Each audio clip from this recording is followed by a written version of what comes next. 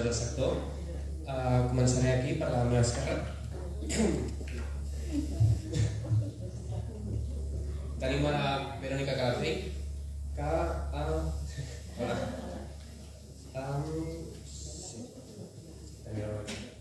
Ella treballa com a traductora, intèrpret, coordinadora i professora de traducció de llengua japonesa. A més, ha participat en projectes que tots us sonaran, com Doraemon o Shin-chan. També és traductora de mangakes, com Rumiko Takahashi, com Ome Shirahama, i el que per mi és un dels millors autors de manga, que és el Naoki Urasawa.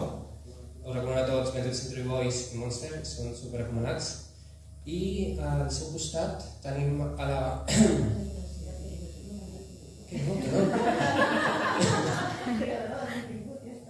No. Tenim aquí a la Maria Parras, que és més coneguda a TikTok o a xarxes socials, Instagram, com a Lady Manga Head. Jo, de fet, no l'he dit, però jo la vaig conèixer perquè l'algoritme em va recomanar els seus vídeos. I com, a part de fer TikToks parlant de manga i de ser divulgadora de la cultura otaku, també és patronista i modificada.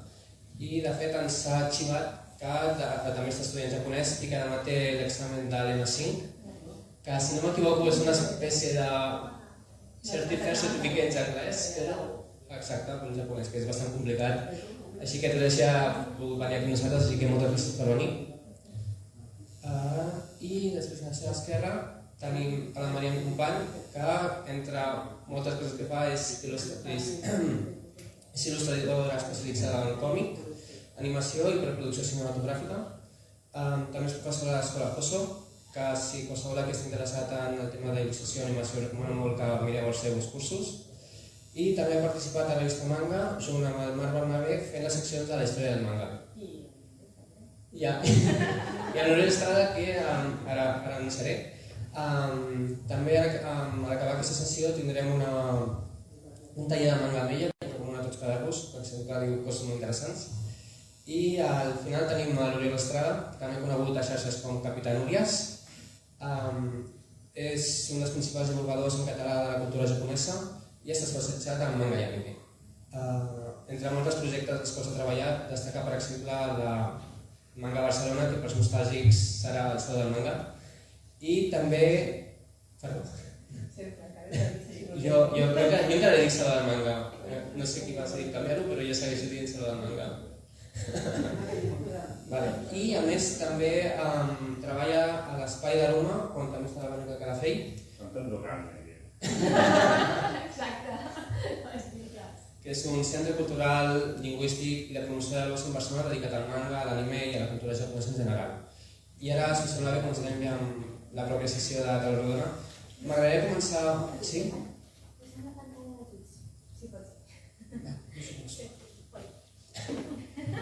Mentre la meva companya comença a fer unes coses tècniques que no sé què seran, m'agradaria preguntar a cadascú dels ponents que ens parlés una mica d'on ve la seva passió pel manga i d'on neix aquest interès per la cultura japonesa. Si et sembla bé, vaig començar. No sé si sóc la millor per començar, perquè jo hauria de dir el meu no era passió pel manga. Era una cosa molt inconexa, era passió per l'Arare, per Doctor Slump, que em va marcar moltíssim, per Campeones també, per Oliver i Benji d'aquell moment, perquè estem parlant de llavors, de Capitán Tsubasa i jugar a futbol. D'una fascinació pel Japó, jo invertia el meu nom, i era Akinore, i jo una amiga tenia noms, i tot allò sonava japonès, i era com el Japó estava allà. Però no va ser fins que vaig arribar a la universitat i vaig haver d'escollir idioma, que va venir el japonès com una cosa molt present en mi. El vaig escollir, vaig viatjar cap allà i allà sí, allà ja em vaig enamorar del Japó i vaig dir, bueno, jo ja he trobat la meva... Però em vaig enamorar més de la cultura i dintre del manga, després d'aquests referents, de petita, va ser Naoki Urasawa, el primer manga va ser Monster. No, jo he de practicar, deixa'm llegir. Quants anys tenies de Monster? 19. Ah, vale.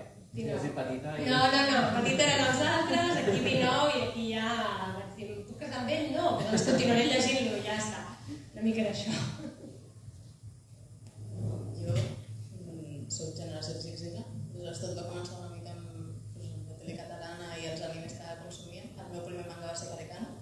I més o menys una mica així, salons del manga. Ahir vaig estar revisant el disc i vaig trobar un saló del manga de la Parra, que eren 4 persones allà. Però una mica això, jo crec que com molta gent de la meva generació sobretot, que gràcies a la tele catalana ens va arribar a l'anime i d'aquí vam connectar una mica doncs això. Segur que més d'un de, bueno, que això es pot llegir també, o puc anar més enllà llegint que el que m'està sortint a la tele. Doncs va ser una mica així.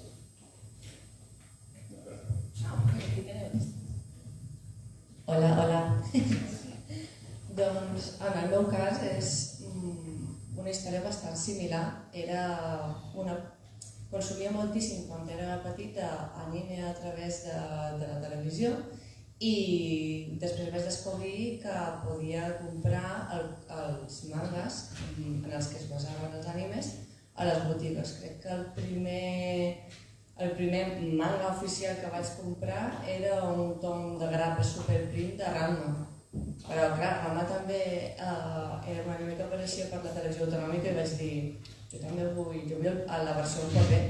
No acabava de creure'm que hi hagués una versió en paper del que jo mirava a la televisió. I a partir d'aquí vaig adquirir molts més toms. Vaig haver de barallar amb ma mare perquè ma mare es pensava que un cop te l'has llegit el podies llançar a la basura. Clar, com una revista, ella se comprava, jo què sé, Lola, i després de llegir-se la tirava, i jo, mama, no tiris el tom de Ranma, bueno, encara que sigui unes grapes, no et tiris, saps? I una mica així va néixer el meu interès per el manga. Va dir que el pintessis una mica, o per aprofitar. Estava en blanc i negre, no havia sortit de cosa. Jo més o menys igual, és a dir, nen dels 80, que veiem molt d'anime, passa que no ho sabíem encara. Més o menys alguns sospitaves que venien de Japó, però no acabaves de saber. I després dels 90, quan arriba Akira o Adarach i tot plegat, llavors ja comencen a publicar mangas i segurament el primer que vaig comprar va ser el d'Adarach, el número 1 de la sèrie blanca, prehistòria, no? I a partir d'allà ja va ser intentar comprar tot el que sortia i el que em donava la paga, bàsicament. Tenia moltes gràcies. Veig que tots compartim una mica una història molt similar, on la televisió i l'anime són com una part important en la infància. I ara volem parlar una mica hem parlat del terme otaku, no sé si tots aquí a la sala estem familiaritzats amb el concepte, però el concepte otaku, per definició i pels contextos en els quals ens movem, fa referència com a un fanàtic de l'anime o del manga, de la cultura de l'animació, de la il·lustració o del còmic japonès. Hi ha un crític cultural i filòsof japonès que es diu Hiroki Asuma que comentava que al no aconseguir comprendre del tot la realitat que ens envolta, l'otaku té la necessitat d'omplir aquest buit a través de la seva cultura que té a la seva disposició, és a dir, el manga, l'anime i altres derivats. Crec que és interessant llavors escriure aquesta identitat otaku. Estem parlant només de joves, només es caracteritzen per consumir manga i anime, què més fan, on els podem trobar. Si voleu, comencem igual, amb el mateix pregunta. Sí? Vale. Per mi és difícil aquesta pregunta perquè jo crec que vaig començar a estar familiaritzada amb el terme otaku vivint al Japó.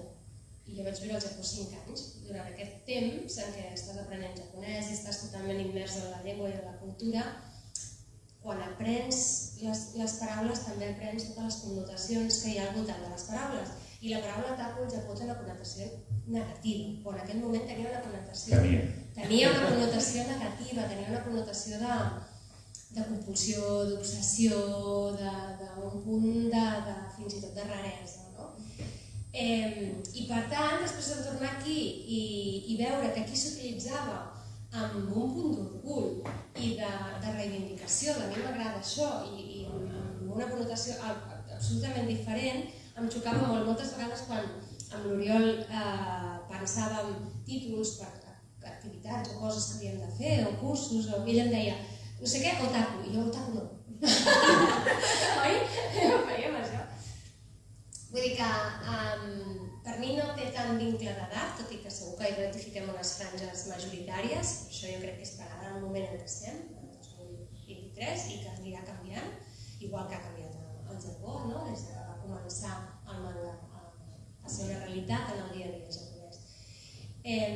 però per mi encara és un terme que he de passar pel sedàs de la racionalitat, perquè la primera impressió és la que vaig aprendre quan el vaig conèixer per primer cop, que era aquest punt de negatiu. Jo diria aficionat al manga, fan del manga, manguero, però em costa.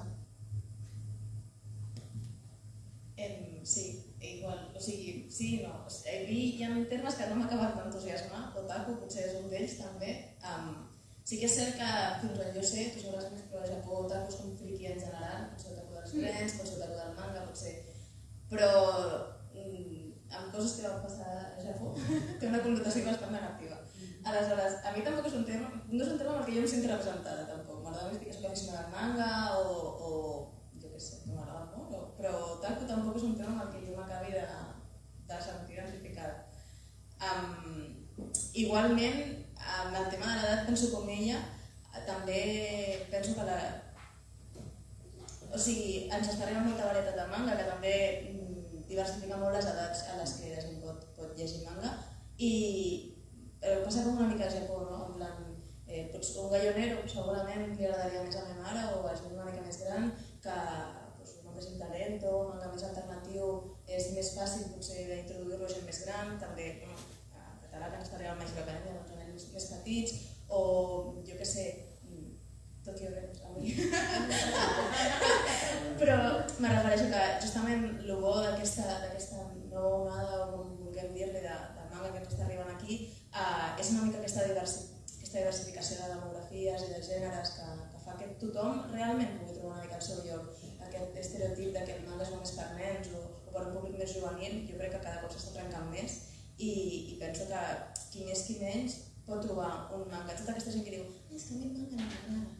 Jo penso que tots podem trobar un manga que a aquella persona li agrada, que estigui publicat aquí ja, perquè hi ha coses molt diverses. Una experiència lesbiana com la Soledat, jo tinc amigues que diuen que no els agrada el manga i estic convençuda que els agradaria aquest manga.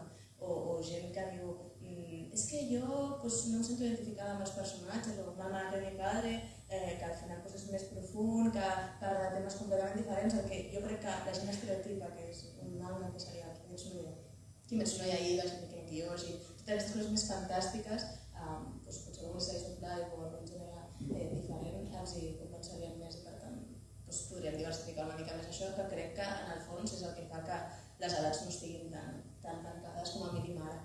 En general, de fet, Norma hi ha la línia aquesta que ha tret amb Tatsuki Fujimoto, la Sayonara Eri, Lookback, amb aquest cartoner, hi ha una mica més enfocat en públic més generalista de còmic, que no sigui tan gent que estem acostumada a llegir manga, perquè també són còmics mangas una mica diferents que poden atreure al públic diferent també. La qüestió, Mària, si em permets, la qüestió és que aquest públic li doni l'oportunitat, no? És a dir, una cosa és que ens diversifiquem els lectors perquè l'aficionat al manga va creixent i ens anem fent grans i per tant tenim necessitat de llegir altre tipus de coses, interès en gèneres diversos, etc. Però que gent que no hagi llegit manga de qualsevol edat li doni una oportunitat, encara ara hi ha cercles en què no és tan fàcil, no? Això és Espanya també.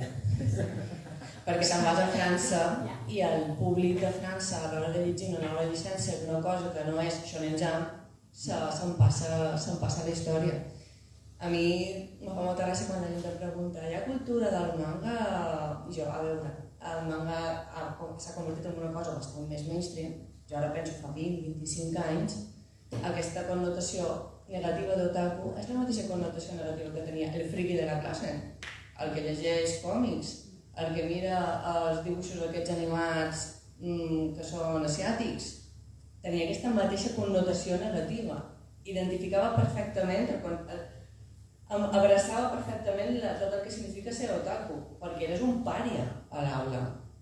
I ara mateix la gent més famosa de Twitch, TikTok i qualsevol altra plataforma de xarxes socials o de streaming, si li agrada el manga, no és considerat un pària, és una cosa moderna i ha arribat al punt en què, no sé, que l'avantatge de que s'hagi llevat aquest estigma és que crec que no hi ha aquesta connotació tan negativa associada ja a el que vendria a ser una persona molt obsessionada amb el que seria el col·leccionisme de manga o el consum de l'anime derivat del manga. El que passa és que també m'imagino que hi ha nivells, com en totes les aficions, en el col·leccionisme, hi ha gent que te diu m'agrada tal cosa i compra aquesta cosa, en aquest cas el manga, el col·lecciona, va a convencions i és una persona que després està completament de chill. I després hi ha gent que s'obsessiona a un nivell, en plan hikikomori, me tanco a l'habitació, no socialitzo, les meves habilitats socials se'n van al garete i, és a dir, hi ha nivells, com en tot. Jo no em considero una persona otaku, perquè no és la paraula que jo vaig rebre, però si me diuen friki els diré, però sí, com molt otaku, me dona igual. Per mi té un toque de subcultura i d'un estigma previ que jo no el rebutjo. A mi me vols posar una marca com si me volguessis posar la letra escarlata, jo l'agafo, me dona igual. En el meu cas sí que estic orgullosa de pertànyer a la subcultura, encara que ara ja no sigui subcultura i s'hagi fet popular. Responent al tema generacions i si és una cosa jove, veieu les canes. Això ja us ho hauria de dir tot. Perquè t'anyeses. Però això és bàsicament. I la meva relació amb la paraula otaku ha fluctuat molt al llarg de les dècades, ja, podríem dir. Des d'un primer ser un jove més snob i quan la gent feia jo era otaku deia tu saps que a Japó otaku és una paraula que té unes connotacions molt negatives?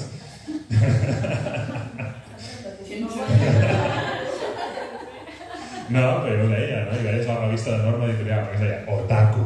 És a dir, per favor, no? Després dir, bueno, otaku vol dir aficionat al manga i l'anime?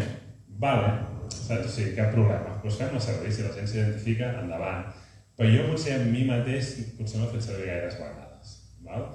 I també perquè jo sempre he llegit altres coses, també, i a vegades era com molt reduccionista i fins i tot hi va haver una època, encara depèn de com es veu, que dins del món del còmic el lector de manga era un marginat, o sigui, eres un marginat dins dels marginats, no era com, saps? I la connotació d'otaku per mi sempre era també un tipus de mangas i animes molt concrets, una manera de viure l'afició també molt concreta, saps? Com molt tancada, i llavors per això a mi potser no m'agradava, no? Però bueno, també el mateix, és que ja m'és igual, que em diguis friki, que em diguis otaku, m'importa bastant poc i si s'ha de fer servir perquè la gent se senti identificada endavant, no? Bàsicament és això. Però és com tot, anirà canviant i abans això, a la classe eres l'únic o un dels únics que llegia manga o veia anime i ho deia amb orgull, podríem dir, perquè veia tothom, almenys als 90 també, però és que a dia d'avui, a segons quines edats, és que ja lo normal és veure anime. I això és un canvi de paradigma molt important. Ara ja comencem a ser, i en alguns títols en concret, mainstream dins del que és cultura més juvenil. Però tu no creus que això, ara quan la meva generació, era lo normal també? Sí. És que jo crec que és una que havíem perdut, És que ara estàs parlant d'uns termes d'una recuperació, jo crec, perquè, exacte... Però hi ha hagut uns 10 anys sense 3XL que han fet que això es perdi moltíssim. No tinc problemes de retentiu o potser no tinc tantes mancances com jo creia que tenia. És a dir, té uns altres factors que són psicològicament beneficiosos a llegir manga, no només, mira, m'entretén, i ja està. Sí, al final és el desenvolupament de la comprensió lectora i educació visual i el còmic t'aporta molts valors que potser un llibre de text ordinari no te l'aporta. Si em permetreu recuperar un dels temes que ha sorgit durant aquesta última pregunta, que de fet és segur que estava parlant amb la Marian abans, que fa uns anys érem els friquis a la classe. A mi jo recordo que em costava molt trobar gent en qui anar al saló, que és com preguntar per tot arreu, és com, això és de friquis. I és com que ara s'ha tornat com algo mainstream. Jo crec que podem parlar com una primera edat d'or fa uns 30 anys, amb Bola de Drac, One Piece, inclús animes com Pokémon, Doctor Slump, que van ajudar molt a que molts joves entrin en contacte per primera vegada amb aquesta cultura japonesa, però sí que és un fenomen que s'ha mantingut lleugerament durant aquest temps, però és cert que durant els últims anys ha pagat un bestial. jo crec que podem parlar inclús d'una segona daurada del manga. Només hem d'anar a una llibreria i el que abans era una petita secció a la part de còmic, ara són prestatgeries senceres, amb volums de manga infinits, i tenen tots. Jo recordo que la que teníem tots els Narutos, tots els One Piece, i la gent venia a buscar-los. I volia preguntar una mica, que són temes que han sorgit, quins són els factors potser que han provocat aquesta nova daurada del manga? Jo crec que el tema pandèmies, coses així han ajudat molt. Si voleu, comencem ara per l'Oriol. Aviam, clar, les eres daurades sempre és molt bonic, parlar d'això, i sempre és molt relatiu, perquè també hi ha tots els temes de nostàlgia i tot plegat que sempre fan molt de mal als anàlisis, però jo crec que ara mateix és el millor moment per ser un lector de manga. És el millor moment, perquè tens més varietat que mai, i no parlo d'indústria, parlo com a lector, tens més varietat que mai, i ja et dic, és un moment on l'anime, que a més sempre ha sigut el gran aliat del manga, també està molt present a tot arreu i això també ajuda a fomentar tot plegat. Per tant, sí que estaríem d'acord en això. A nivell d'indústria, sembla ser que els últims anys ha estat molt bé, també, que ara anem de baixada una mica, però també perquè havíem pujat excessivament, diguéssim, no excessivament, sinó que sostenir allò era molt complicat, però els factors que per mi hi ha són varis. Evidentment el tema de la pandèmia. Això és una cosa que és recurrent i sobretot en el públic més jove i més nou, que estaven tancats a casa, tenien Netflix, tenien el que fos i van començar a veure anime. I d'aquí després alguns van començar a passar a anar al manga. I això, amb la feina que faig jo, ho he notat moltíssim, perquè he sigut sortir d'allà i anar sortint més clubs de lectura, més xerrades, més activitats, xerrades per bibliotecaris, xerrades per llibreters, perquè tot és què passa amb el manga, tothom ho volia saber.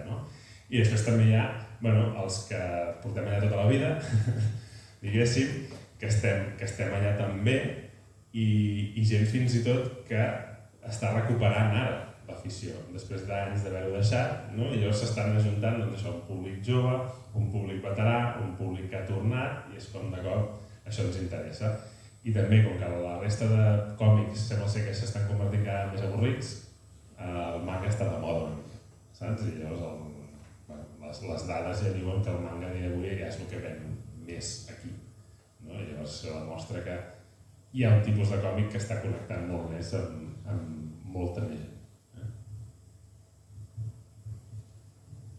Jo crec que és que també està el fet de que molta gent de la meva edat ara té fills i comparteix aquesta afició amb les criatures. Jo, quan tinc diversos grups d'edat com a estudiants a la JOSO, però hi ha moltíssims estudiants, els més joves, els seus pares comparteixen la col·lecció de manga amb les criatures o tenen edicions que són antigues i ara m'hi compren una edició més nova arran que tenen l'antiga a casa.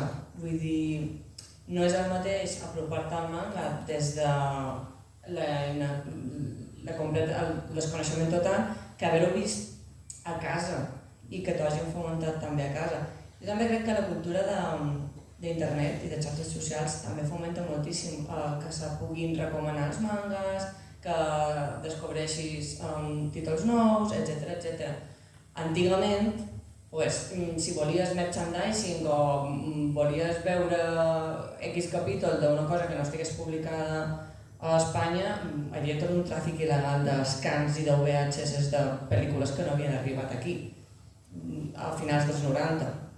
Jo recordo estar, no sé si a primària o a la secundària estava.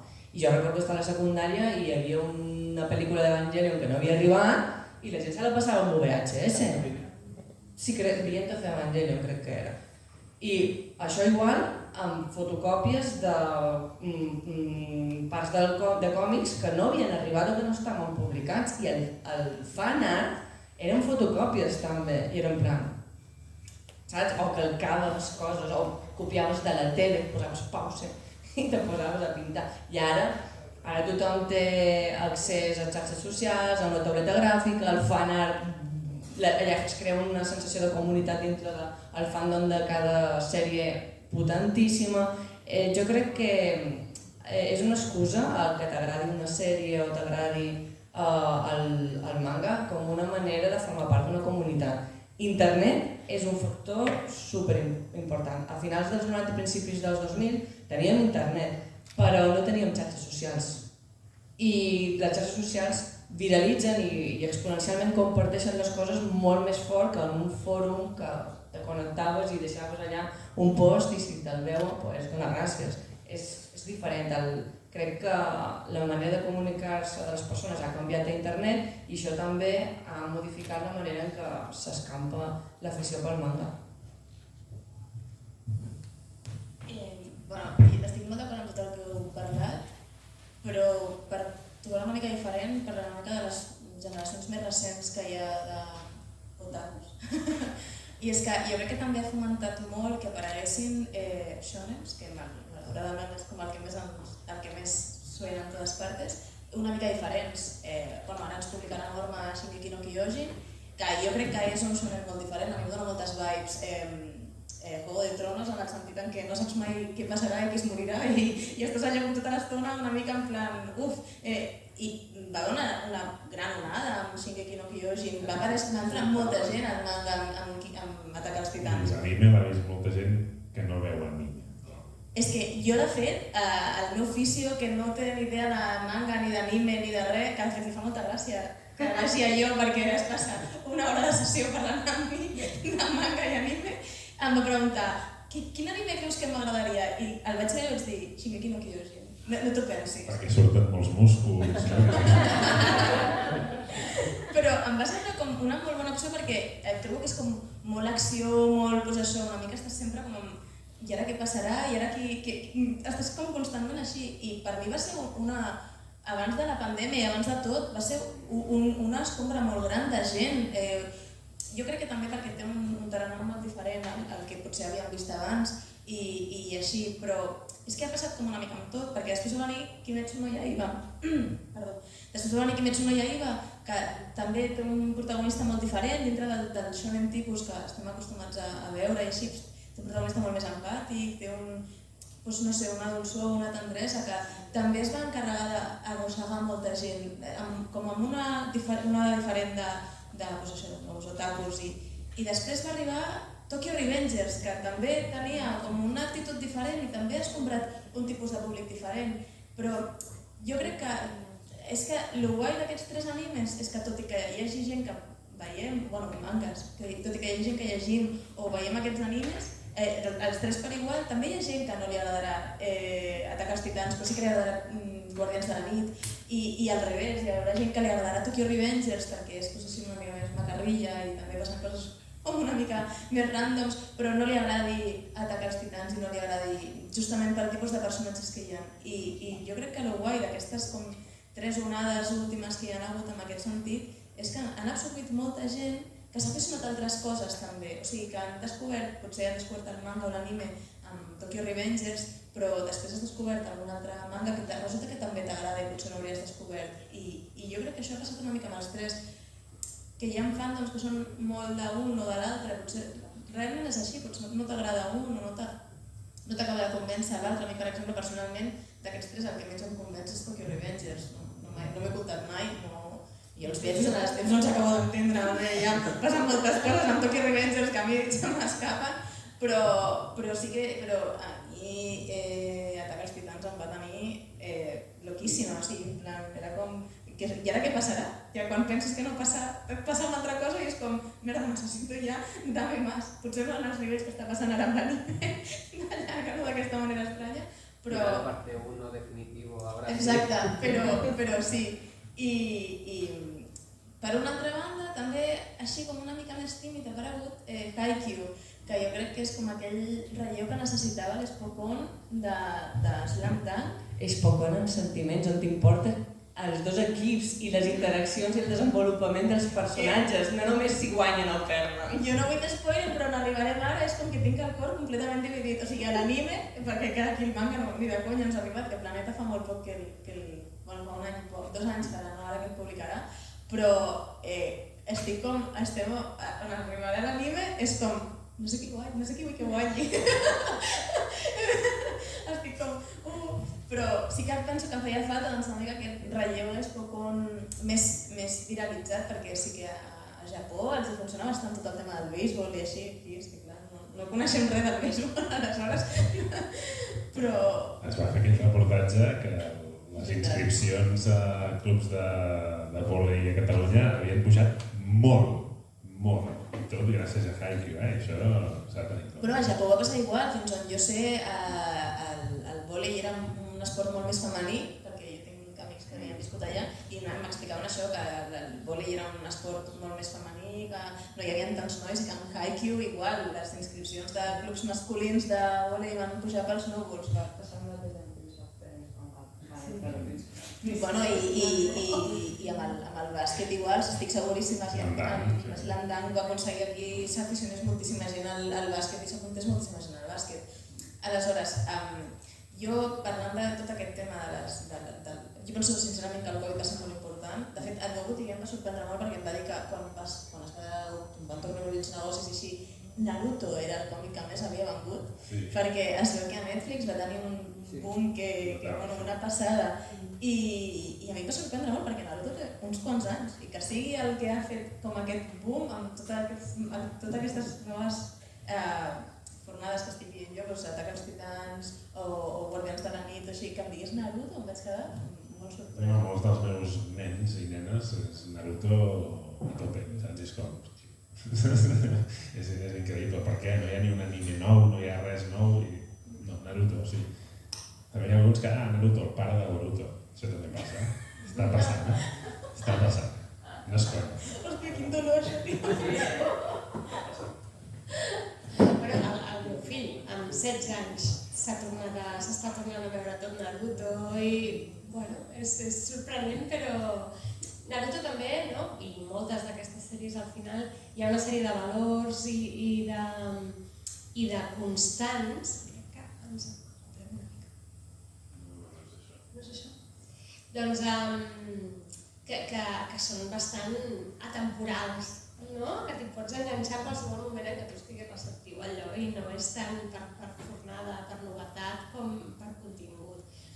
I a mi m'agradaria recuperar el que deia la Màriam de la importància de les xarxes socials d'internet i de la comunicació gràcies a internet i a les xarxes socials per vincular-ho al que dèiem abans, no? A que ja no és una cosa tan minoritària. Però per què? Perquè gràcies als avenços tecnològics i a les xarxes socials en especial, trobar la persona aficionada per anar al Saló del Manga és molt fàcil. Trobar el teu grup i poder fer comunitat, encara que no sigui presencialment, és molt senzill gràcies a les xarxes socials. Per tant, ara ja, com dieu, moltes coses ja són mainstream i ja és una meitat o una majoria de la classe que llegeix o veu manga i anime d'una manera o d'una altra, unes sèries o unes altres. Però fins i tot abans, en l'antesala d'això, gràcies a les xarxes socials, no sentir-te el friqui, l'estrany, el pària, que deia, m'ha encantat aquesta paraula, és molt bèstia, però és molt així, no? En aquell moment, les xarxes socials que, d'altra banda, i en altres moments tan demonitzem, temem, controlem, no? amb les nostres filles i fills, han estat una ajuda clau també per fomentar i per popularitzar i per visibilitzar i dignificar el manga i l'anime, totalment, crec. Sí, totalment d'acord amb tots i crec que el tema de les xarxes socials ha sigut un paper clau. Relacionat amb el que comentava la Maria d'Atac als Titans, del fenomen que va aparèixer i com crec que ha sigut sobretot el poder de les xarxes que han difós la paraula de Shingeki. No tinc tan clar perquè no era tan... O sigui, ara estem molt acostumats a TikTok i així. Shingeki és bastant prèvia a TikTok i potser més Twitter i tal, però Twitter justament és com la xarxa social que menys m'agrada pel tema de l'anime i del manga perquè els spoilers són terribles. La gent, no sé, viuen amb Eiichiro Oda i, no sé, són assistents d'Eiichiro Oda i ja t'estan filtrant quan ha acabat de dibuixar la vinyeta, ja t'estan fent spoilers, no entenc. Però justament Shingeki a mi em sembla un fenomen com... Penso que realment, entre cometes, demostra que té alguna cosa diferent perquè va ser molt previ a tot això. Sí que en aquest sentit sí que Guardians de la Nit i ja era com més comú amb Instagram, als Reels o a TikTok. Jo Guardians vaig arribar a través d'un meme de Twitter. De Twitter. Vaig veure la sèrie per un meme de Twitter. Però en aquest sentit, o Haikyuu i tot això, sí que jo crec que les xarxes socials, més entre cometes recents, sí que han fomentat més el consum de tot això, però justament a mi que em va sorprendre molt de Shingeki en el seu moment és que les xarxes socials no estaven tan a tope amb això. O sigui, Facebook no era una xarxa social a la que trobar molt contingut d'aquest. O sigui, jo crec que aquesta nova fornada amb el Covid i així sí que ha arribat gràcies a TikTok, a Instagram i totes aquestes plataformes que són de consum ràpid al final, però que alhora jo, no sé vosaltres com gestioneu, que també...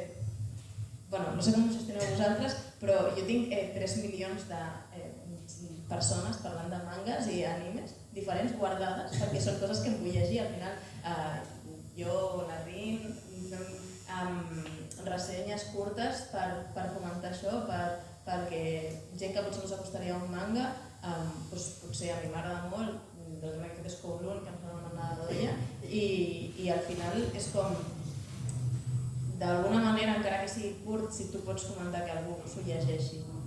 I jo tinc el guardados de TikTok per tot això. Jo era una aficionada normal al manga fins que vaig conèixer la Laura i el Kevin, que són dos dels meus millors amics ara mateix, i la meva col·lecció va passar de 200 volums a 1.000 en 2 anys, o sigui que... Me refereixo que aquest contacte, aquesta... Jo justament he de dir que soc una persona com... Sempre m'he considerat molt afortunada perquè tant a la meva classe com en les meves amistats sempre he tingut aquella millor amiga o persones molt properes que han consumit manga i anime habitualment, així que jo aquest pària no l'he tingut, gràcies a Déu. També he sigut una persona que ha anat molt amb les arts sempre.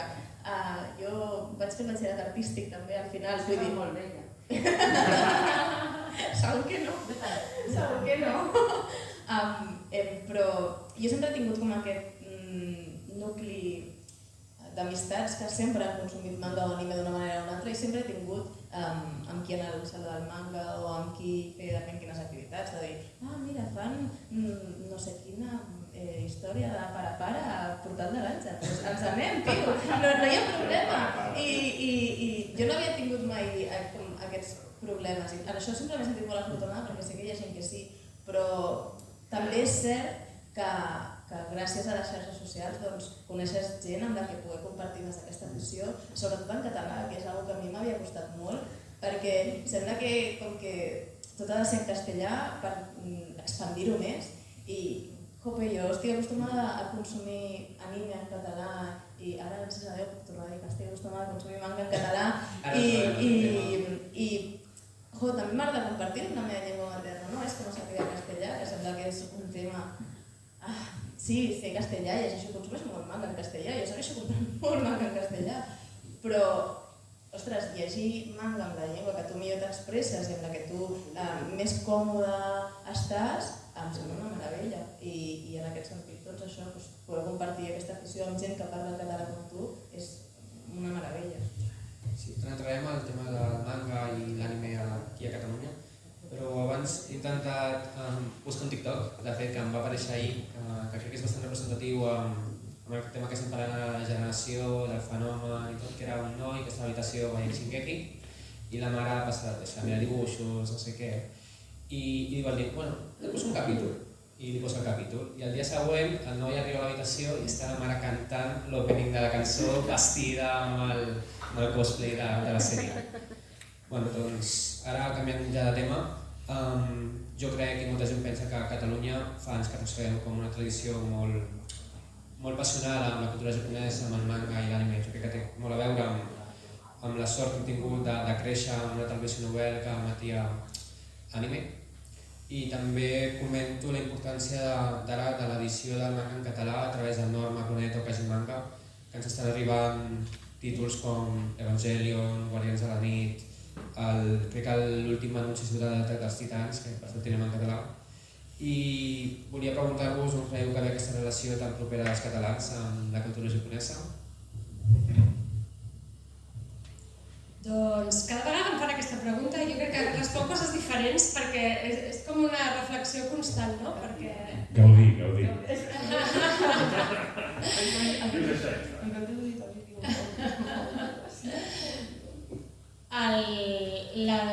La meva primera traducció va ser Shin-chan per TV3. Llavors, en el moment en què arriba aquest encàrrec, nosaltres, jo els pregunto, en quina franja horària la passem, Shin-chan? I diuen, encara no ho tenim clar. I va ser tan així, que això va venir un dia 1 d'agost, en plan, oblida't de vacances, però ja m'està bé, no? La primera feina de Shin-chan, imagina't. Allò, sentir-se afortunat, també, molt. Aleshores encara no sabies què sabies. Aleshores no ho sabia, i ells tampoc ho sabien. Llavors, no es va estrenar fins al Sant Jordi següent perquè no trobaven la franja en què estiguessin convençuts que havien d'emetre aquella sèrie i que funcionaria aquella sèrie, una sèrie que a més és complicadíssima des del punt de vista que Shin-chan neix en una revista japonesa per a homes adults, no? El target de l'actor era homes adults, llavors es fa la sèrie animada i sembla que té un target més infantil, almenys en els primers episodis, una imatge molt més suau, rebaixen segons quins acudits i quins gags, etc.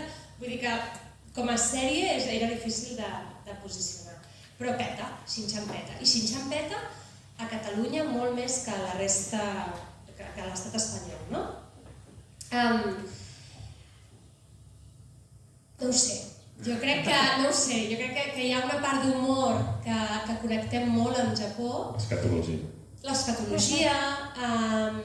No funciona l'humor de jo soy el más listo. Saps? L'humor aquell de trepitjaré a l'altre, no? Que també és muy hispano, de ser el más listo.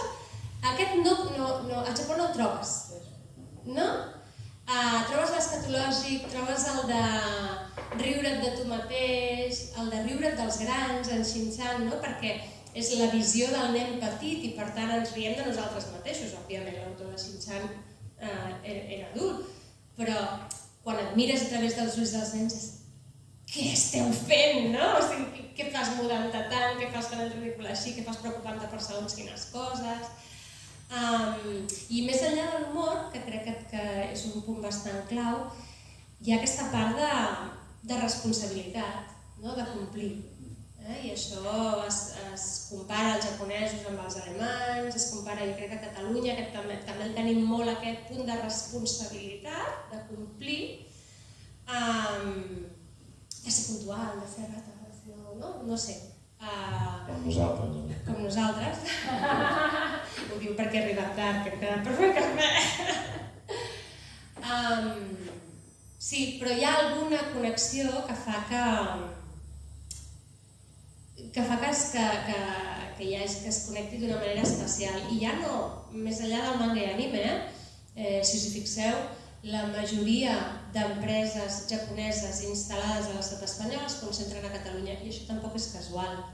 Hi ha una manera de funcionar en què els japonesos se senten més còmodes amb l'entorn català. Jo, més enllà d'això, a nivell psicològic profund no ho sé explicar, però vas veient aquestes coses i dius, casualitat, no pot ser. Bé, és que tampoc afegiria molt més, és que una mica, dius, a nivell psicològic profund, no hauríem de mirar, però ja el que comentes, si a nivell de negocis ens podem entendre millor, la forma de fer, la forma d'entendre les coses, els ritmes, tot, si vols, som una mica més Gaudí. La fredor que se'ns pot atribuir als catalans de vegades, doncs que potser encaixa més amb aquesta distància japonesa, aquest respectar l'espai dels altres, que és molt més català que no passi te'n vas al sud d'Espanya. Hi ha tot de petits elements que fan que puguem connectar millor. Malgrat això, tenim coses que estem a anys llum els uns dels altres, però sí que hi ha altres coses. Però ja fins i tot a nivell artístic, Catalunya és la cuna del còmic, saps? Tenim potser més cultura del còmic i també les propostes noves, originals, potser ens encaixen més que altres llocs, que poden ser una mica més conservadors en general. I trobo que llavors entra una cosa nova, diferent, com el manga i l'anime, i potser aquí és com ens interessa més. Si vols, podem dir també que som més snobs, no? Allò, Gaudí també era molt snob, no? Doncs això, crec que hi ha petites gotetes que van fent que s'ompli el got aquest, no? Jo no sé si tinc dret a parlar perquè jo no soc catalana. Països catalans. No diguis molt fort. No veus que a la meva comunitat autònoma ja han llevat el català de tot arreu? Jo crec que també és una mica, no només el factor de caràcter, crec que és també el factor artístic. I que, no sé, aquí entre que també hi ha com un històric més gran de fer TVO en general, entre el Google i tota la pesca, no tens aquest tipus de matxac i potser a altres parts on s'hagin concentrat tants autors i s'hagi fomentat de la mateixa manera la indústria del còmic. Llavors, en el moment en què dius vaig a buscar una llicència a Japó i la portes aquí i veus si té tirada o no i comences a explotar-la, jo crec que aquest mateix fenomen potser no hauria passat si el punt neuràlgic de totes les mogudes de pillar les llicències no hagués estat aquí, potser. Però perquè ja tenia un històric en quant a cultura del còmic, que potser a una altra banda, per la seva idiosincràsia, no hi havia aquesta base.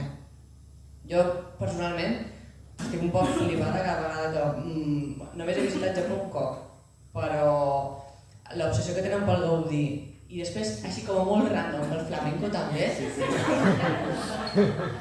és una cosa,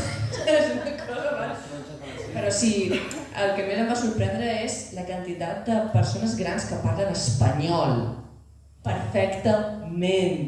Jo no sabia com arribar al meu hotel i dic, hòstia, aquí no saben anglès, serà problemàtic perquè el meu japonès, nul. I una senyora que devia tenir 60 anys se m'acosta, a més entusiasmada de poder parlar en espanyol. I jo, al·lucinant, no sé, algo hi ha a l'aire de Japó que fa que la gent estigui obsessionada amb cultura d'aquí, no ho sé, una cosa bàrbara. A mi a Kyoto, el recepcionista de l'hotel on estàvem havia estat fent de guia turística a Barcelona. I no només parlava castellà molt bé, sinó que anava a practicar. I tu? Sí. Res, jo és que no crec que tingui més a afegir. Jo penso igual una mica, que al final sí que és veritat també, penso que potser una mica geogràficament també ens influencia on estem posats a Catalunya, perquè sí que és veritat que el Japó té una connexió amb França molt especial i al final nosaltres estem molt al nord, molt a prop de França, tenim la frontera aquí al costat, anar a Perpinyà són 2 horetes i... Prima. També. Tenim 4 estacions, no com menys. Però sí, exacte. Però penso que potser aquesta connexió que tenen els japonesos amb França ens beneficia una mica aquí a Catalunya en aquest sentit. També aquest amor pel còmic. Jo és que... Però i que també aquesta connexió és com molt fàcil creuar la frontera cap aquí en aquest sentit. I que penso que hi ha molta mania als francesos, però en el fons penso que som bastant afrancesats els catalans. Vull dir, som bastant esquerps,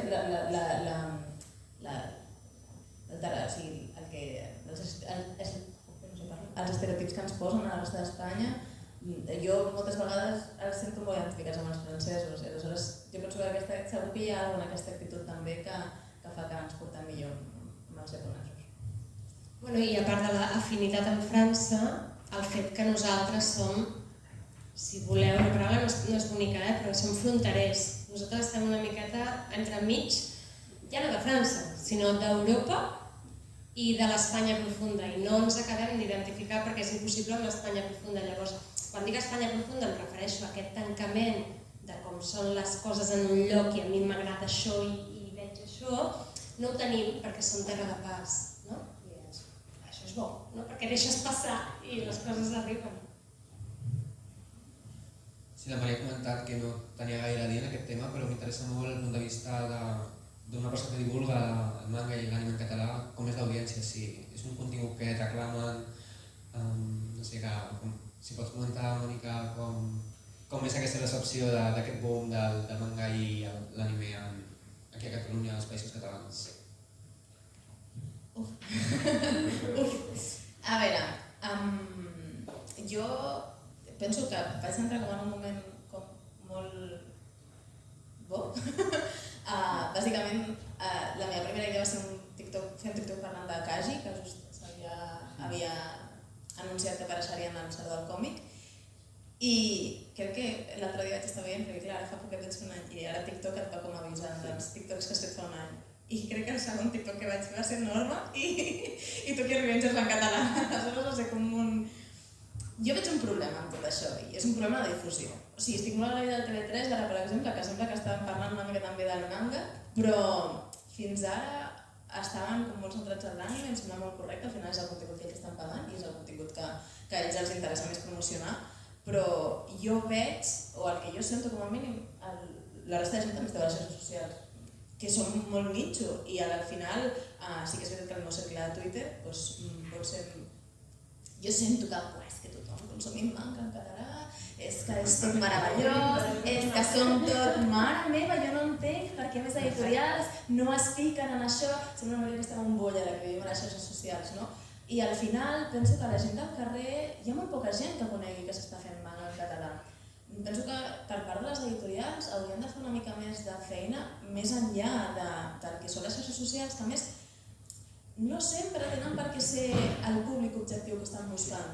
Perquè jo penso que Haikyuu ens pot agradar molt a tots, però Planeta està intentant vendre Haikyuu a les llibreries i ostres, segurament hi haurà nens que no sabran que Haikyuu està en català perquè la caca de tot això és que normalment són col·leccions que ja estan començades. Aleshores, hi ha molta gent que quan va buscar Haikyuu potser ja no el va buscar en català directament perquè no s'espera que estigui en català. I això ens passa amb moltes coses. Jo agraeixo molt Distrito en aquest sentit, que ens ha tret la primera llicència que treuen i és simultània. Ostres, és que Guardians de la Nit T23 està tancada i ens està traient ara. Ostres, jo he vengut moltes col·leccions i sembla que ho fas per amor a l'art al final. És com, realment vull recolzar la llengua i realment vull fomentar tot això, però hi ha molta gent que està molt indignada amb això de les xarxes socials i em sembla com molt correcta i molt... Tens tot el dret d'enfadar-te en això, perquè, ostres, tu has estat com a aficionat al manga, recolzant al mercat, perquè volies que et portessin coses noves i ara arriba el manga en català, jo crec que poc promocionat i ostres, és que la fina de Kaji em sembla superimportant, però alhora penso que poca gent coneix Kaji. Més enllà d'aquesta bombolla en la que vivim, la gent que volem tenir coneixements o ens superinteressa el tema. Quanta gent sabrà que Fandogame, que és una editorial valenciana, ens traurà M'experiencias con la soledat a finals d'any, que jo és una de les 600 persones que estic més emocionada, o que ECP trau la Black Paradox.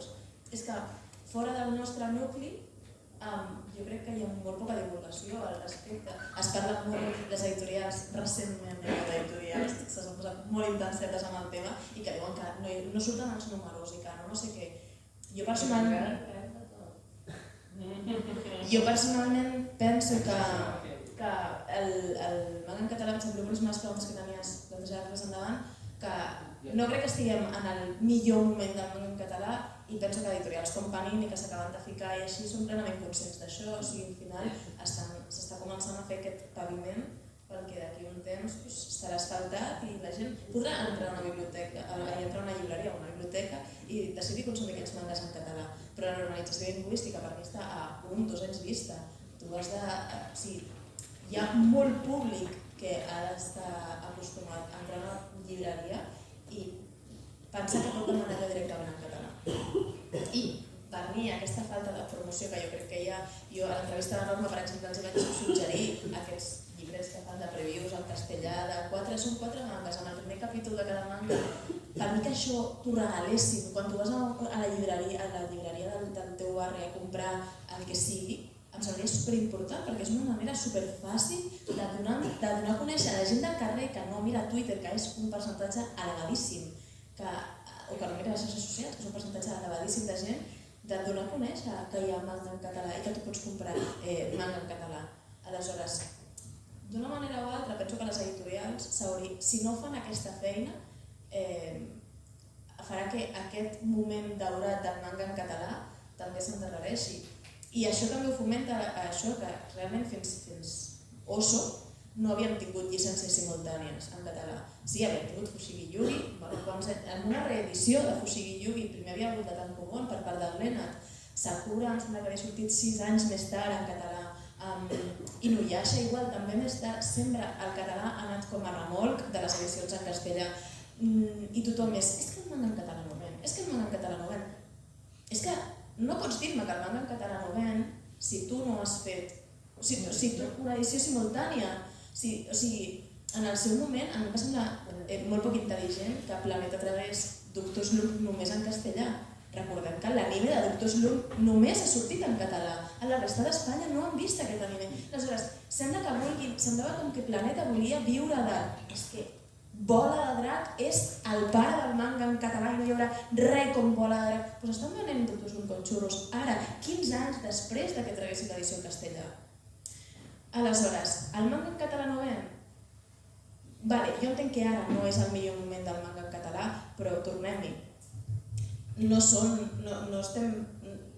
pot fer un estudi de mercat equitatiu amb col·leccions de 23 volums tancades, per exemple. Windbreaker, fins on jo sé, Distrito estan molt contents amb les vendes que està tenint Windbreaker. Estan a punt d'escoltar la primera tirada de Windbreaker, la qual cosa, que sí, que són tirades més petites, evidentment, però ostres, això són números reals per mi. Números reals són treure-t'ho simultàniament i valorar les vendes d'això. Si no, és com fer una carrera en la qual tu poses a un corredor molts més passos per davant de l'altre i dius dispareu, sus! Però és que l'altre ja porta no sé quantes passes d'avantatge perquè no els has fet sortir al mateix temps. Després podrem veure qui guanya i qui no guanya, tots dos sortint des del mateix punt. Però no me venguis la moto que una cosa no té tirada quan ja està tot esbiaixat des del principi. És que tal qual, és que és així i jo, això és algo... Jo estic disposada, jo m'he vengut Kimetsu, jo m'he vengut Yakuza Ama de Casa, jo m'he vengut... He sigut optimista, no sé. Jo m'he vengut, jo què sé, què més, Chainsaw Man, jo m'he vengut moltes col·leccions que mai... Però, ostres, són diners, hi ha molta gent que no ho farà i em sembla completament racional, em sembla completament lògic. El col·leccionisme, t'agrada tancar-la com l'has començat. Clar, exacte. Aleshores, a mi de les que més em va doldre va ser Tokyo Revengers, perquè va ser molt poc temps de diferència entre que va sortir en català i en castellà i va ser com, ostres, amb el boom que ha sigut Tokyo Revengers i la promoció que va tenir Tokyo Revengers en si, imagineu-vos, aquella gallina, és que va ser molt heavy les vendes de Tokyo Revengers. Exacte, doncs ara imagineu-vos que a Norma aquell dia la gent se l'hagués pogut comprar en català. És que per mi ha sigut una passada. I va ser tan poc temps de diferència, i va ser tan boom Tokyo Revengers, que un altre que m'he vengut, perquè és que, ostres, que sí que és amor i jo realment vull recolzar el manga en català, però, jope, jo penso que ja va ser el moment d'acceptar coses molt puntuals, que tot el que ens vagi arribant siguin llicències simultànies.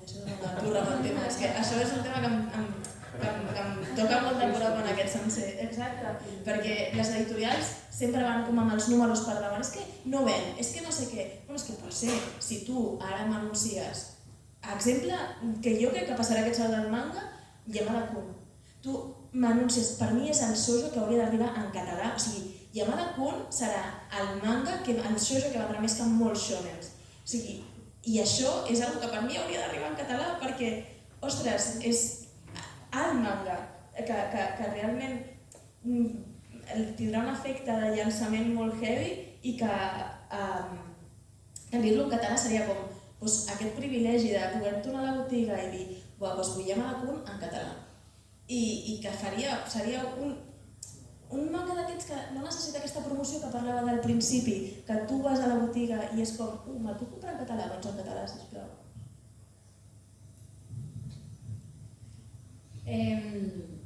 Vaig a fer una mica de contrapunt. Bé, fes-lo tu. Sorry. Me das la posición del malo, ¿no? Clar, la meva llengua materna també és el català, m'encanta llegir en català, m'encanta traduir al català, en el sentit que a part de tot el que és traduir, doncs saps, no? I havent traduït Xinxan per TV3 i després totes les que passen per TV3 i veient els nens cantant la cançó que has fet i repetint gags que s'han creat derivats d'aquella sèrie, no? Veient que estan parlant català entre ells i parlant de la sèrie que veuen en català, clar, o sigui, a nivell de missió, de motivació, és tremendo. A nivell de responsabilitat també, perquè veus que hi ha una funció dintre del que és la normalització lingüística, la normalització del català com a llengua vehicular a les escoles, que els nens estiguin veient anime i estiguin llegint manga en català, és clau, perquè si no ens perdem. I per tant, hi haurà expressions en desús, que això ja passava amb el mateix Bola de Drac i el Tros de Quònium, que gràcies a l'humor les pots colar i es recuperen, en Querón ens n'havien recuperat un munt, bueno, que sí, però.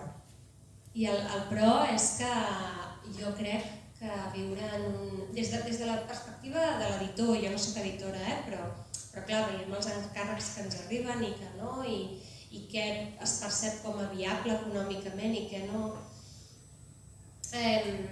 I vivim en un territori, en uns països que són bilingües.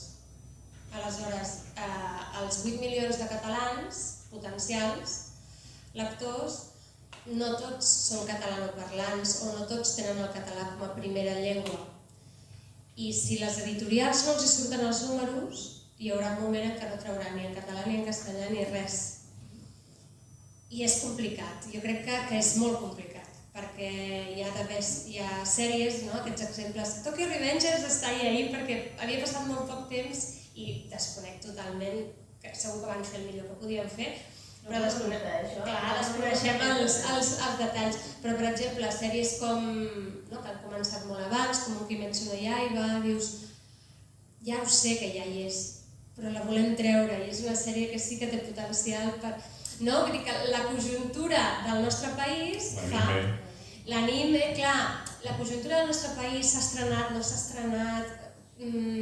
fa que coses puguin ser viables o no ser. Jo en aquest sentit estic completament d'acord amb tu. Una cosa no treu l'altra, si també veníem que ens havíem quedat sense anime, ens havíem quedat sense el principal motor de la normalització lingüística amb tot el que vindria a ser la cultura japonesa, perquè ens entenguem. Sí, jo ho entenc perfectament, això. El tema és que a mi em sorprèn, és que és complicat el que vaig a dir. I penso que són mangas igual que Ataca als Titans, el que dèiem, perdíem marcats generacions dintre dels otakus. I per mi és important tenir-los en català, em sembla supernecessari tenir-los en català, de fet. Però, ostres, en el seu moment, si algú s'ho hagués plantejat, no sé com dir-ho. O sigui, el tema és que per mi el fet que no hi hagués 3XL i, Glenna, però tornem-hi a l'ICAC. Però Glenna no és un gran exemple de gestió de la llicència. Ho deia com a element de desmotivació. Ho deia com a element de desmotivació en aquest sentit. Però una mica tornem-hi, edicions que es van treure bastant més temps, anys després que s'acabessin les col·leccions. Entenc que tot això va fomentar que es deixés de publicar, però a mi el cas d'Amor me'n dol moltíssim. És una editorial nascuda a Barcelona. Vull dir, no estem parlant d'una editorial, no estem parlant de la polèmica que hi ha últimament amb Ibrea, que és una editorial que no... Per més que tinguin seu a Barcelona, però per més que tinguin seu a Barcelona no són una editorial catalana. I en el fons em com dol que hi ha coses que jo sí que crec que tu saps que és un encert segur. Sakura o Sailor Moon en català, quan van treure aquesta preciosíssima edició que van treure de Sakura, realment ningú, o sigui, em dol que ningú pensés, uau, ens arrisquem a demanar-ho en català també. Clar, això, hi ha un tema també de state of mind, de state of mind. O sigui, ara plantes fa 2 anys i ni t'ho plantejaves que estaríem parlant de la quantitat de novetats que hi ha ara en català. O sigui, fa 2 anys, només fa 2 anys, era impensable. I tu posaves l'exemple de l'Espocon. Vale? O sigui, els editors al final, aquí no es fan estudis de mercat, pràcticament, perquè fer un estudi de mercat és caríssim. Vale? Llavors no saps, vale? La inversió que hauries de fer no d'allò. I llavors els editors funcionen molt amb experiència i amb sort i amb saltar al buit. No? Llavors no tenen moltes certeses, perquè a vegades han tingut certeses que després, saps? I tornant a l'editorial innombrable, l'Espocon va desaparèixer en part perquè van treure un Espocon que semblava que s'ho havia de menjar tot i a partir del segon número els 30 volums següents els van estar menjant, no? Kuroko no Basket. I llavors s'estableixen mantres, no? S'estableixen mantres entre els editors és que no es pot publicar Espocon perquè l'Espocon a Espanya no ven. O no es pot publicar el shoujo no ven. I no es pot publicar en català perquè el que va fer el Joan Navarro en el seu moment, ell era rotllo a fons perdut, li era igual perdre calés, saps? I senzillament era una qüestió política pròpia, que em sembla molt bé que ho fes, però que no van acompanyar els números. I llavors això és amb el que alguna gent s'agafava la idea de no.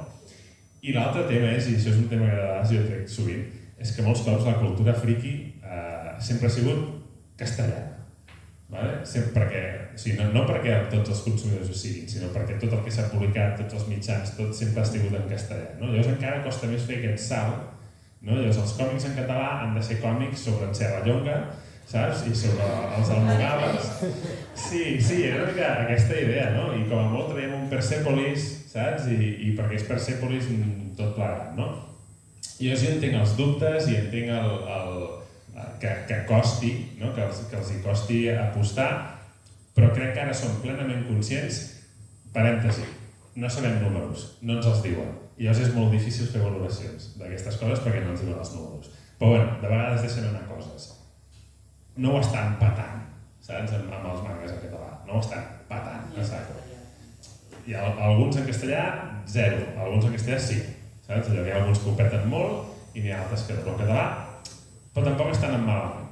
Però jo crec que som plenament conscients, almenys la majoria editorials, que és una qüestió de crear mercat, saps? Perquè això és una cosa que a vegades també costa d'entendre, és a dir, tu no pots estar sempre pensant en què és el que funciona. Hi ha coses que has de fer funcionar. I avui llegia precisament una cosa sobre el Walkman, vale? I ara perdoneu, sembla que me'n vagi molt de l'olla. Però el que havia pensat en un Walkman abans, en portar-te a la música i escoltar-la tu mentre camines, ningú ho havia pensat abans, no era una necessitat del mercat. En canvi, la van treure i ens va canviar la vida en molts aspectes, no? Doncs això és una mica el mateix amb el català. Has d'anar creant aquest mercat. Ostres, a mi se m'ha fet difícil, i us pot estranyar, acostumar-me a llegir manga en català.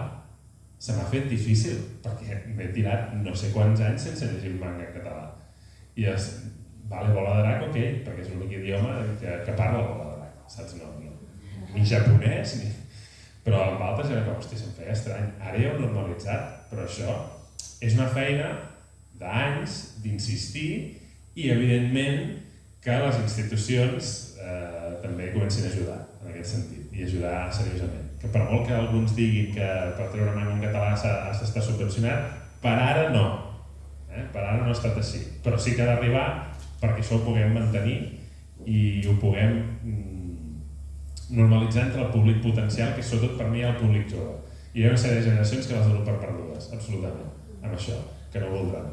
I per mi allò és una carrera de fons, no? I d'anar, vinga, anem això, anem normalitzant, anem mantenint les coses que vagin sortint, però que al final són negocis i valoraran els seus riscos i els seus d'allò i això, per tant, això, el recolzament institucional també crec que serà important perquè això es mantingui, no? Es mantingui i segueixi endavant. Segur, i el que us deia, que el fet que siguem un territori i uns països bilingües, el que fa és, la dicotomia sempre és la mateixa a nivell empresarial.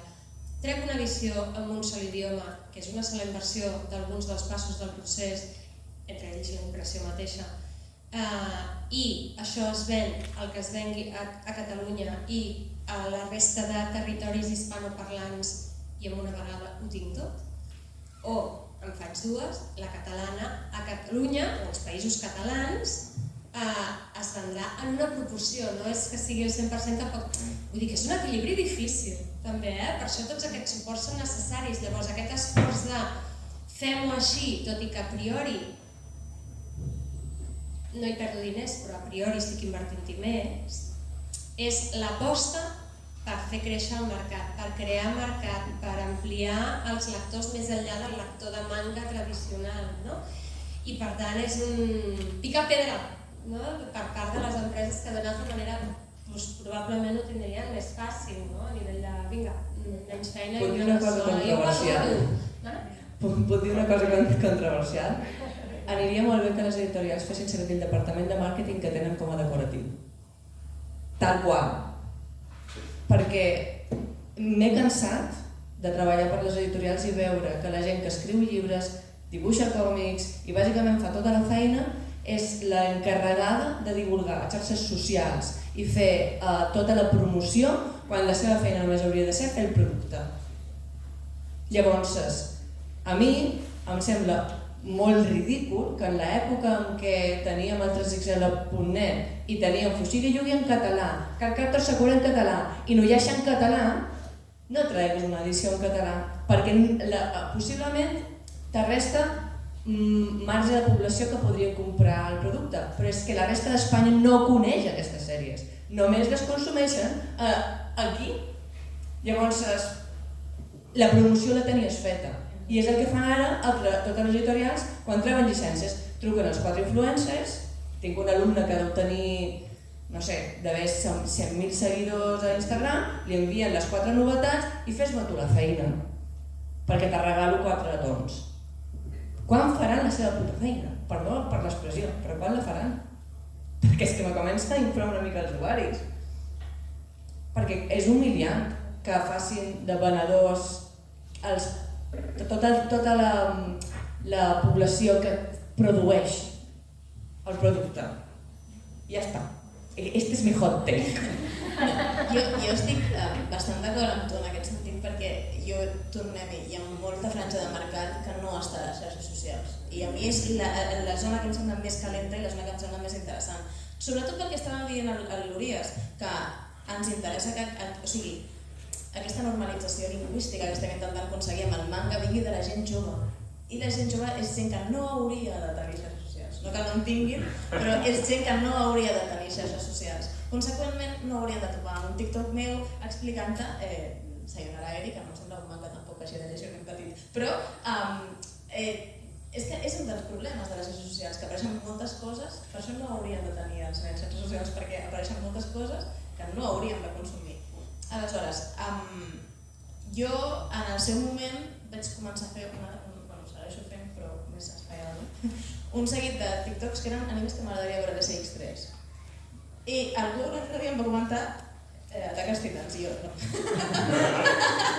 no, vull dir que m'encantaria veure Attack on Titans en català, evidentment, però és que hem de pensar en aquesta franja de població. Aleshores, pensar en aquesta franja de població entra al departament de màrqueting que està comentant ella, que és per això jo he dit, el mercat del manga en català per mi no estarà establert fins d'aquí 1 o 2 anys que la gent ja s'hagi acostumat a saber que pot anar a una llibreria i comprar X llicència del moment en català. Perquè si realment les editorials tinguessin aquests departaments de màrqueting que treballessin fora de les xarxes socials, igual que hi havia autobusos a Dan, que Tokyo Revengers està en català. D'aquesta mateixa manera me refereixo. Hi ha una part molt important que està fora de les xarxes. Jo vaig posar l'exemple de les previews de Norma. Hi ha moltes altres accions que es poden fer. Ostres, pel Saló del Manga que va sortir Haikyuu, estava al metro forrat de Haikyuu. Per què quan va sortir en català no vas fer 4 parades d'autobús que Haikyuu, que és una sèrie que pots consumir a SX3, també la pots veure, també la pots llegir en català ara. És que és això el que em sembla, és aquí on jo parlava. Jo penso que quanta gent coneix Kaji? És que Kaji, des del meu punt de vista, que hi ha grup enciclopèdia darrere, que no estem parlant d'una editorial petiteta com era en el seu moment Kodai, que potser tens més problemes a l'hora de difondre. Ostres, és que grup enciclopèdia. No estem parlant d'un indultit. Com no pot ser que un estiu al Suromaqui que surt de la juliol no vagi a ser lectura obligatòria en els cursos de l'any que ve? Que són gent que té el poder de fer aquesta difusió. Ostres, que és un manga perfecte per nens petits i que t'interessa. No estem parlant d'un oso que segurament té més dificultats a l'hora de fer aquesta difusió. Ostres, estem parlant d'un gegant empresarial a Catalunya que hauria de fer aquesta difusió. Que em sembla que els creadors de contingut crec que són molt necessaris en aquest sentit, perquè l'algoritme un dia et topa amb algú, que et descobreix alguna cosa, que et ven alguna cosa. Sinó com a persones que des del seu interès te comenten, mira, m'agradaria recomanar-te això. Però hauria de ser paral·lel. A mi el tema és aquest. Hauria de ser paral·lela la feina de màrqueting en aquest sentit. Tu envies els volums a un creador de contingut perquè faci una difusió, però tu paral·lelament hauries d'estar fent altres coses. Es diu feina? Jo em refereixo una mica a això, que jo sento que estem molt coixos en aquest sentit, sobretot amb el manga en català, i que el manga en català s'estableixi serà un procés més llarg a causa d'això, que les editorials que haurien d'estar fent una difusió paral·lela al que són les xarxes socials no l'estan fent. I està molt bé que ara vingui TV3 i faci sortejos amb volums de Norma o amb volums de Panini, sempre de Midioac també, bueno, no ho sé, és igual, que et parlin de... Però que l'altre dia els Beta te recomanessin Lookback per nens de fins a 14 anys, no carinyós, no, ni de conya. O sigui, a mi, quan jo vaig fer el sorteig de Lookback, em van preguntar i vaig dir, mira, jo fins als 16 anys o així passen coses en aquest manga que no et recomanaria, però, hòstia, em sembla molt bé que hi hagin aquestes afinitats amb editorials i la tele pública catalana, perquè tornem-hi, és una altra manera de que la gent descobreixi que em sembla el millor canal, de fet, que un lloc on es consumeix anime en català et vengui manga en català, però potser no era el millor manga per vendre. I aquí va una mica tot, que jo penso això, que els creadors de continguts sí que són necessaris, perquè al final la publicitat s'està... Crea comunitat.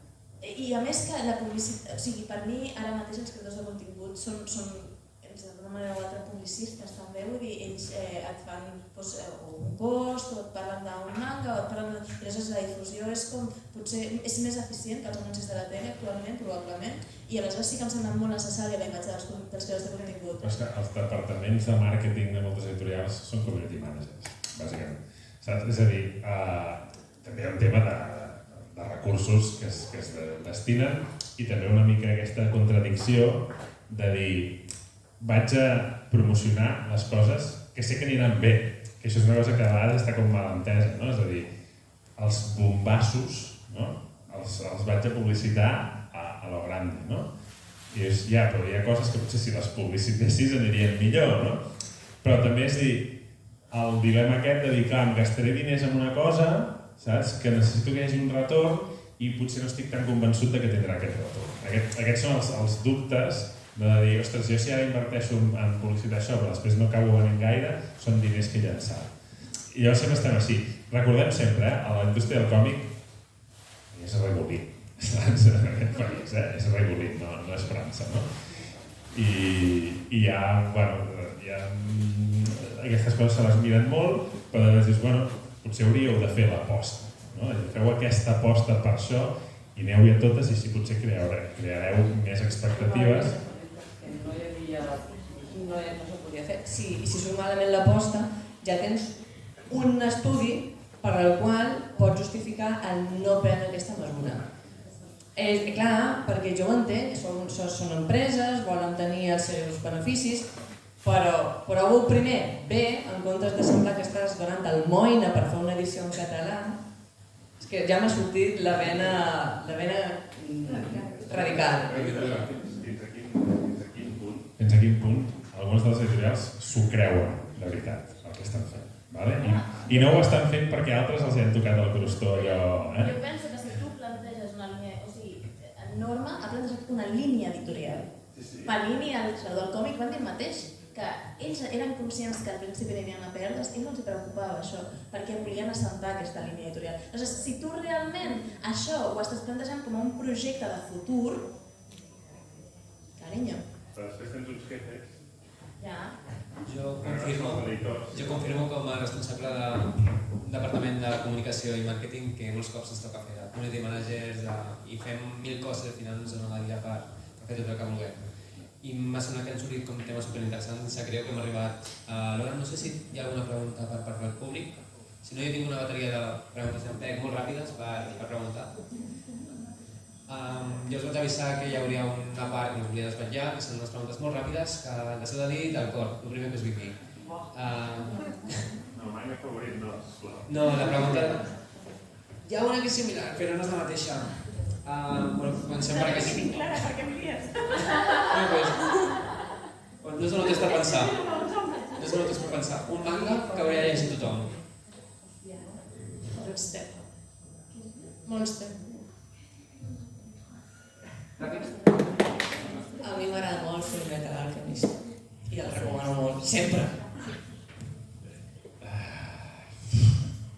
És molt complicat, El primer Jo que què sé, Yotsuba.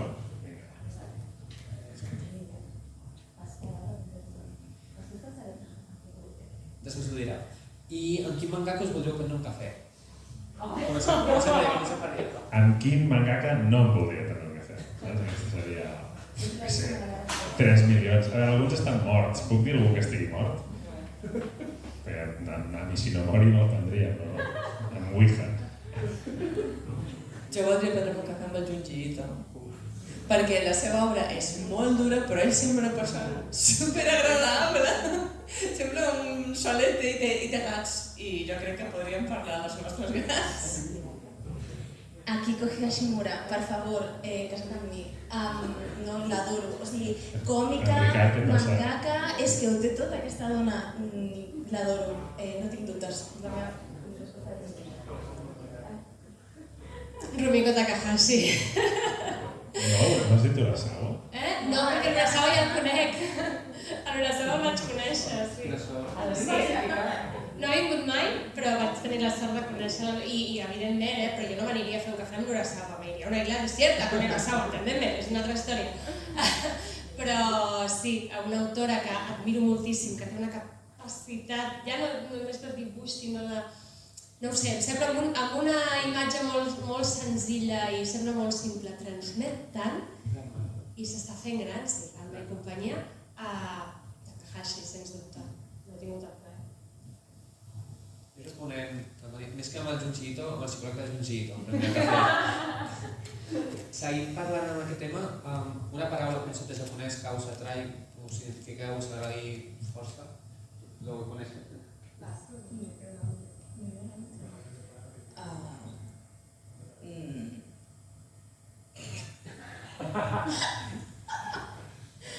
Hòstia, és molt complicat, això.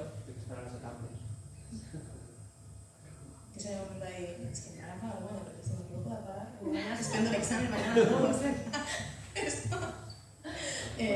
Bueno, no, Yume sería zombie, ¿no? Pues Yume podríem dir, si és molt kanji de tatu, típico de que te posen sopa, però tu podries dir. Queda molt d'acord que m'agradi el concepte d'umami, el sabor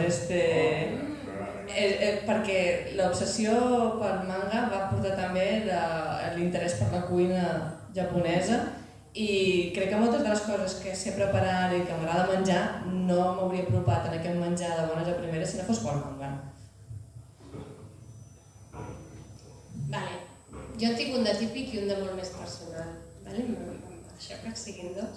El típic és l'ikigai, que és una paraula que coneixeu, que, no? Aquella motivació, aquella missió, allò que sents que... allò per el qual val la pena viure i per tant t'ajuda a aixecar-te cada matí i penses que sumes en aquest món i que deixaràs que tu siguis tot això, no? L'ikigai crec que és un concepte que seria bo que ens expliquessin a tots i que els sapiguéssim interioritzar perquè ajuda a moltes coses, no? I ja està. I llavors hi ha una paraula que m'agrada molt, que és Vimeo, i que no sé com traduir sovint, perquè Vimeo és estrany, és per algun motiu, és per alguna cosa quan et diuen tu creus que això funcionarà? Vimeo. Vimeo és... Hòstia, no ho sé, no ho veig, no... No, depèn del context, es tradueix de moltes maneres, però és com un convenciment de no veure-ho clar que és xulat, no? Moltes vegades quan passen coses i tu dius Vimeo... Però és molt intuïtiu el fet que no sé si ho acabo de veure i per tant és difícil de traslladar en paraules. I moltes vegades, bueno, la gent que em coneix i sap que, no? Pues quan em dedico això i que parlo japonès, ja entenen que de vegades dic coses que només entenc jo. Perquè no sé, no, però és Vimeo, és d'aquestes. Sí. Vam a dir Ikigai i tampoc és un gran concepte de dir la paraula chotto. Perquè és tan... pot servir per moltes coses molt diferents i és com... Va. Decidirem. Vale. I l'última és quin és el vostre plat preferit de la gastronomia japonesa? Sap que no m'agrada. No, jo no menjo peix cru. No. Alinari sushi. Que és el de tofu fregit, que està boníssim. O el yakitori, la salsa yakitori en trossos variables. Katsudon. No sé, carn, ou, salsilles. A més, em queda bastant pel persó de fer a casa, o sigui que és el que ara puc menjar habitualment. El mochi. El mochi és el que més m'agrada. El chashudon, fet a l'Ohana, amb manos japoneses, al restaurant de Mataró, veniu. Departament de promoció. Què m'enviem a fer? 2 minuts de casa meva, és fantàstic. I el carepan, també, gràcies. I mira, el manga, vaig a dir, ja que he dit Akiko Higashimura, diré Tokyo Girls. Vull dir, per mi és... No t'ho han preguntat, això, Aquest és el que s'ha de llegir tothom? Tokyo Girls s'ha de llegir tothom? Sí, perquè en el fons em sembla, o sigui, et planteja un punt de vista molt diferent de la dona i un punt de vista molt diferent de la dona a Japó. Que al final, a mi sí que és veritat que el moment en el que jo me'l vaig llegir, doncs, estem en edats ahir, i encara no he arribat als 30, però estic hola, proper! I és com, uau, hi ha moltes coses que potser en temes relacions no, perquè jo sí que porto molts anys en una relació, però hi ha moltes altres coses que sí que sento com que la societat t'empenya a fer i la societat... I al final em sembla com molt guais moltes de les reflexions que fica Higashimura en aquest manga i sobretot, la part de darrere del manga. O sigui, totes aquestes cartes que li envien les japoneses a ella i que parlen també d'un Japó més real i més bueno, perquè realment són cartes d'aficionades que li envien a ella, o sigui que al final també et dona un punt de vista molt més ampli del que és ser dona als 30, soltera a Japó. No té res a veure, deixeu-me fer aquesta comparativa, per favor. Doncs amb aquesta recomanació de Tokyo Girls tanquem aquesta taula rodona. Moltes gràcies a tots els participants per haver vingut avui. I ara tindrem un taller de manga